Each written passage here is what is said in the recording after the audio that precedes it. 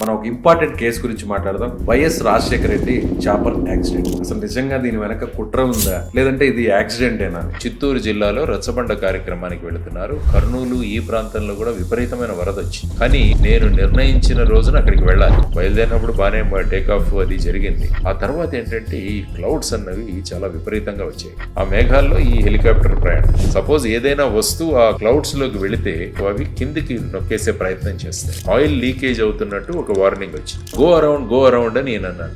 క్యా అని నేను అంటున్నాడు, అంతలోనే క్రాష్ సౌండ్ వస్తుంది. గూగుల్ మ్యాప్స్ చూస్తే ఒక పర్టికులర్ ఏరియాలో కొంత కాలిపోయినట్టు కనిపించింది. అప్పుడు చాలా రకరకాల ఆరోపణలు వచ్చాయి. హత్య చేశారని, వెనక కుట్ర ఉందని. యాక్సిడెంట్ అయిన పార్ట్స్ ఏవైతే ఉంటాయో వాటి మీద జరిగిన చేంజెస్ ఏవైతే ఉంటాయో, మార్పులు ఏవైతే, దాన్ని బట్టి ఫైనల్ కన్క్లూషన్ మేము తెచ్చిందంటే ఆ వెనకాల ఫ్యాన్ వెళ్ళి ఫస్ట్ ఒక చెట్టు కొట్టింది. అప్పట్లో కొన్ని వార్తలు కూడా వచ్చాయి. రాజశేఖర రెడ్డి గారు ప్లాన్ ఇచ్చారు. ఆ టైంలో ఆయనకు తెలియదు అసలు.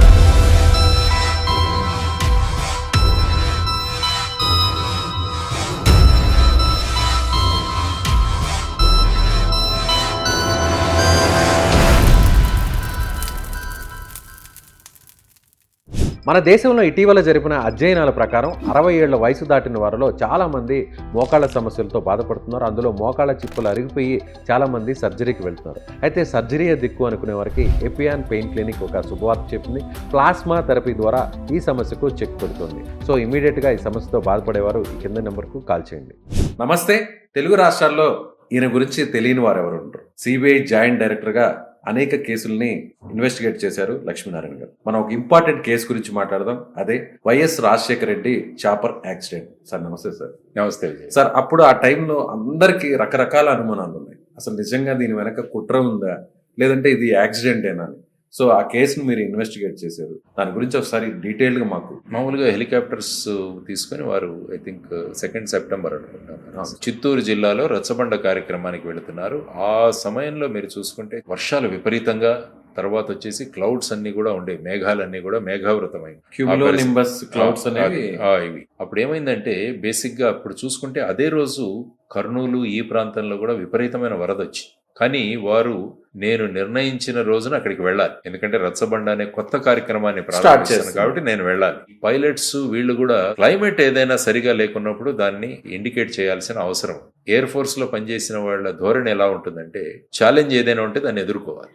బయలుదేరినప్పుడు బాగానే టేక్ ఆఫ్ అది జరిగింది. ఆ తర్వాత ఏంటంటే ఈ క్లౌడ్స్ అన్నవి చాలా విపరీతంగా వచ్చాయి. ఆ మేఘాల్లో ఈ హెలికాప్టర్ ప్రయాణం. ఎందుకంటే మామూలుగా మేఘాల్లో ఒక విమానం ప్రయాణించినప్పుడే చాలా టర్బులెన్స్ వస్తుంది. ఇది చిన్నది క్యూములోనింబస్ క్లౌడ్స్ అని ఉంటుంది. ఆ క్లౌడ్స్ ధోరణి ఏంటంటే సపోజ్ ఏదైనా వస్తువు ఆ క్లౌడ్స్ లోకి వెళితే ఏమవుతుందంటే అవి కిందికి నొక్కేసే ప్రయత్నం చేస్తాయి. అప్ అండ్ డౌన్ చేస్తాయి, దాన్ని కిందికి నొక్కేస్తాయి. తర్వాత ఏంటంటే ఆయిల్ లీకేజ్ అవుతున్నట్టు ఒక వార్నింగ్ వచ్చింది. దాని గురించి మాన్యువల్ లో చూడు అని చెప్పి ఆయన కో పైలట్ కి చెప్తున్నాడు. ఆ బ్లాక్ బాక్స్ ఈ కాన్వర్సేషన్ క్లియర్ గా ఉంది. ఆ తర్వాత ఏమైందంటే సడన్ గా కో పైలట్ గారు వెంటనే ఒక పెద్ద ఇది చేశారనమాట. గో అరౌండ్ అంటే ఈ పైలట్ భాషలో సాధారణంగా ఏంటంటే ఫర్ ఎగ్జాంపుల్ ఒక హెలికాప్టర్ హెలిప్యాడ్ లో ల్యాండ్ అవుతుంది అనుకుంది. కింద ఏదో ఒక ఆవు లేకుంటే కుక్క వచ్చింది అనుకోండి. అప్పుడు ఏం చేయాలంటే సడన్ గా ఈ హెలికాప్టర్ ను పైకి లేపుతారు. ఆ ప్రక్రియని గో అరౌండ్ అంటారు. సో అలా గో అరౌండ్ అని నేను అన్నాడు. క్యా అని నేను అంటున్నాడు, అంతలోనే క్రాష్ సౌండ్ వస్తుంది. సో అది అక్కడ పౌరాల గుట్టలో క్రాష్ అయిపోయింది. తర్వాత ఆచూకీ తెలియలేదు. మొత్తం రాష్ట్రం అంతా కూడా వారు మళ్ళా తిరిగి వస్తారు, ఏమైందో తెలియలేదు. మళ్ళా అనేక విషయాలు టీవీలో చూస్తే ఆయన ఎక్కడో దిగారని, అక్కడ ఎవరో పోయేవాళ్ళు ఎవరో కలిశారు, వారిని అక్కడి నుంచి బయటికి తీసుకొస్తున్నారు. ఇలా రకరకాలుగా మనం చూసాం, మేము కూడా వాచ్ చేస్తున్నాం. ఆ తర్వాత గూగుల్ మ్యాప్స్ చూస్తే ఒక పర్టికులర్ ఏరియాలో ఆ అడవిలో ఏదో కొత్త కాలిపోయినట్టు కనిపించింది.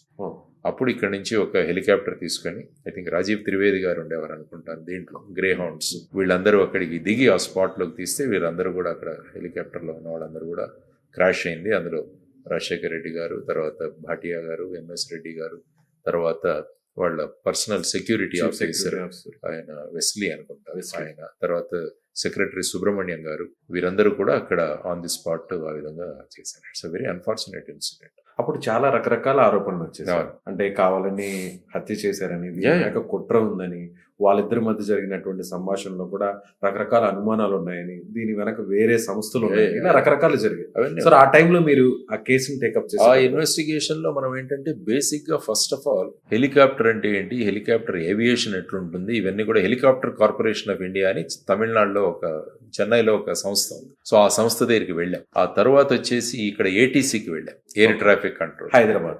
వెదర్ డిపార్ట్మెంట్ కూడా వెళ్ళాం. సో మొత్తం రీసెర్చ్ చేశారు. అన్ని ప్రతి విషయం ఇందులో ఏంటంటే సుమారుగా 4 సంస్థలు ఇన్వెస్టిగేట్ చేశాం. సిబిఐ, మేము DGCA, directorate general of civil aviation వాళ్ళు, ఆ తర్వాత వచ్చేసి మనకు బెంగళూరులో ఒక సంస్థ, వాళ్ళు ఏంటంటే ఈ విధంగా యాక్సిడెంట్ అయిన పార్ట్స్ ఏవైతే ఉంటాయో వాటి మీద జరిగిన చేంజెస్ ఏవైతే ఉంటాయో, మార్పులు ఏవైతే, దాన్ని బట్టి దీని మీద ఎంత ప్రెషర్ ఉంది అన్నదాన్ని కూడా నిర్ణయిస్తారు. ఇంకొకటి వచ్చేసి మెడికల్ టీమ్, అంటే వీళ్ళందరికీ మీద జరిగిన పోస్ట్ మార్టం. ఇలా 4-5 సంస్థలు చేసిన రిపోర్ట్స్ అన్ని తీసుకొని వచ్చిన ప్రతి యాంగిల్ ని కూడా ఇన్వెస్టిగేట్ చేశాం. మీరు అన్నట్టు కుట్రకోణం ఏవో సంస్థలు చేయించాయి.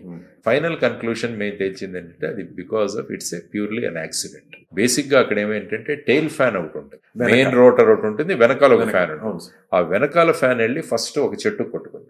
అందులో అక్కడ చెట్లు కూడా హైట్ గా ఉన్నాయి, ఎందుకంటే పౌరాలగుట్లో చూస్తే చాలా హైట్.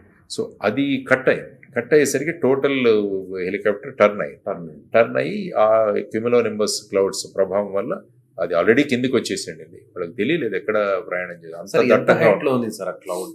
ఐ థింక్ వాళ్ళకు నిర్ధారించిన దగ్గర నుంచి ఇది సుమారుగా 25 అడుగులకు వచ్చేసింది. ఈ లీకేజ్ లేకుండా ఉంటే, ఒకవేళ యాక్సిడెంట్ జరగకుండా ఉండే అంటే ఏంటంటే అక్కడ చూస్తే ఒక కాన్సన్ట్రేషన్, వీళ్ళిద్దరు పైలట్ కో పైలట్ మధ్య చర్చ దీని గురించి మొదలైంది. త్వరగా అది కిందికి వస్తుందో అన్న అంచనా వేయలేకపోయారామో అన్నది ఒకటి. అంటే మీరు అన్నట్లు గో అరౌండ్ అనేటువంటి మాట అన్నారు కదా, అప్పటికి చెట్లు కనిపిస్తున్నాయి వాళ్ళకి చెట్లు కనిపిస్తున్నాయి. అంటే ఎక్కడో మనం దిగిపోతున్నాం, చాలా కిందికి వచ్చేసాం కాబట్టి అప్పుడు ఆయన ఎంఎస్ రెడ్డి గారు గో అరౌండ్ అన్నారు, కానీ అప్పటికే almost they are in the forest.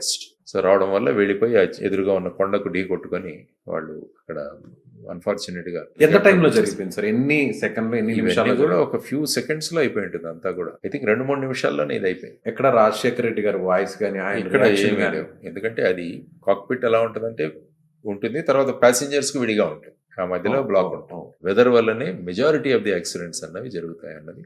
So ఇది కూడా ఇట్స్ ఎ ప్యూర్ యాక్సిడెంట్ అన్నది అన్ని ఏజెన్సీస్ కన్క్లూడ్ చేసిన విషయం. Thank you sir.